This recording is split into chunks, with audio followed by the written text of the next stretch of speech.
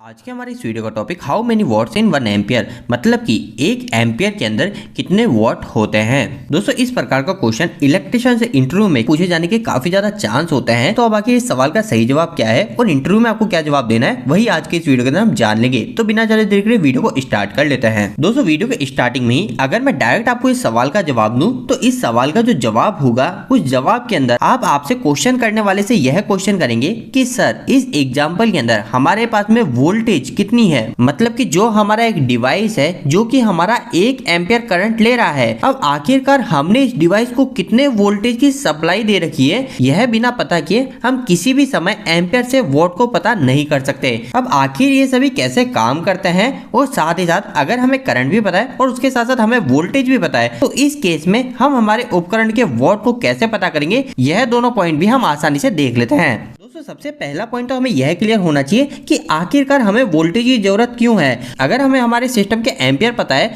तो हम डायरेक्ट उसके वॉट क्यों नहीं निकाल पा रहे, हमें वोल्टेज की आवश्यकता क्यों है।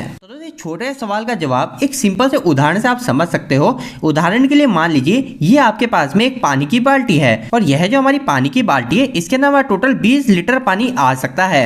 अब इतनी जानकारी देने के बाद में कोई आपसे आके क्वेश्चन करता है कि हमारी जो इस बाल्टी है इस बाल्टी के अंदर एक पाइप की मदद से 1 लीटर पानी आ रहा है, तो अब आखिरकार यह बाल्टी हमारी फुल कितनी देर में भर जाएगी। तो दोस्तों इस सवाल के अंदर प्रॉब्लम क्या है, हम इस सवाल का आंसर निकाल सकते हैं या नहीं निकाल सकते। तो दोस्तों इसका जवाब हम नहीं निकाल सकते। क्यों नहीं निकाल सकते, क्योंकि हमको इस समय यह नहीं पता कि जो हमारा 1 लीटर पानी इस बाल्टी के अंदर आ रहा है इस पाइप की मदद से, ये आखिरकार 1 लीटर कितनी देर में आ रहा है। ये 1 लीटर हमारा 1 सेकंड के अंदर आ रहा है। अगर 1 सेकंड के अंदर आ रहा होगा 1 लीटर पानी तो हमारी जो बाल्टी है बाल्टी सिर्फ 20 सेकंड के अंदर भर जाएगी। अगर हमारा ये 1 लीटर पानी 1 मिनट के अंदर आ रहा है तो हमारी जो बाल्टी को भरने में समय लगेगा वो टोटल 20 मिनट लगेगा। तो सेम इसी तरीके से हमारे इलेक्ट्रिकल का सिस्टम भी वर्क करता है। उदाहरण के लिए मान लीजिए हमारे पास में एक ये मोटर है और इस मोटर में इलेक्ट्रिकल की सप्लाई देने के बाद में हमारा जो ये इलेक्ट्रिकल का वायर है इसमें से हमारा 1 एम्पियर करंट फ्लो होता है। अब हमारे पास में सवाल ये आ रहा है कि आखिरकार ये हमारी मोटर कितने वॉट की कहलाएगी।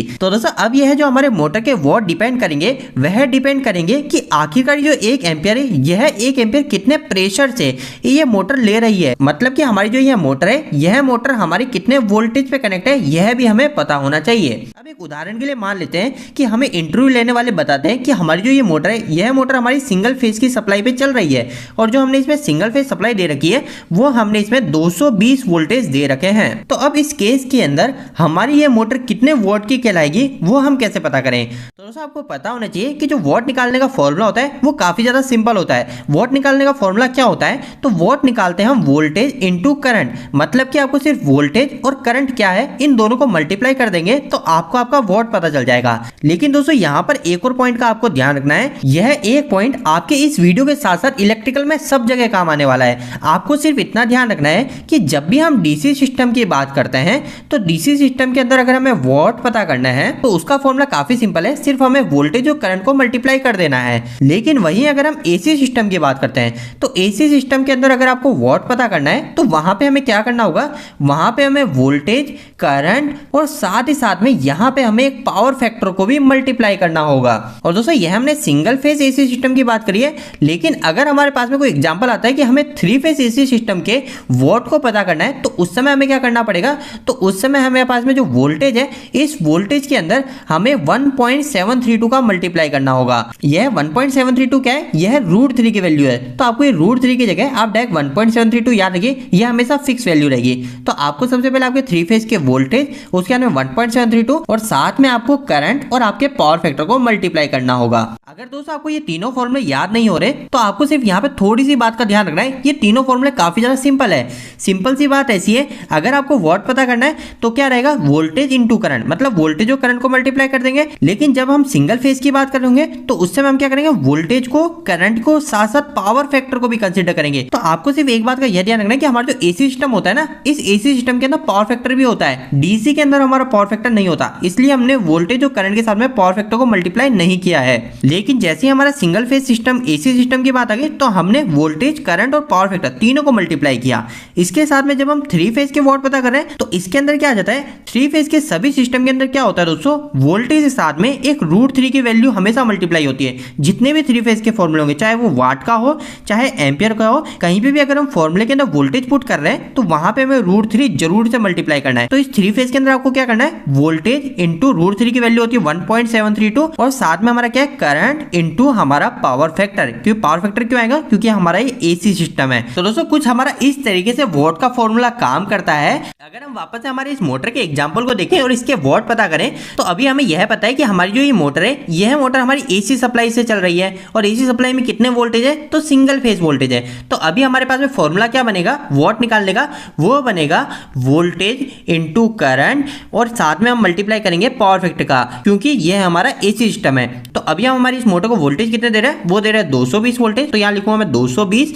आगे क्या है, करंट। तो करंट हमारी मोटर ले रही है 1 एम्पियर और साथ ही साथ पावर फैक्टर। तो पावर फैक्टर हमारी सभी मोटर का अलग अलग होता है, लेकिन अभी हम उदाहरण के लिए 0.8 मान लेते हैं। तो जैसे हम इन तीनों को मल्टीप्लाई करते हैं तो हमारे पास में आता है 176 वॉट। मतलब कि हमारी यह मोटर अगर 1 एम्पियर करंट ले रही है तो यह हमारी 176 वॉट की है।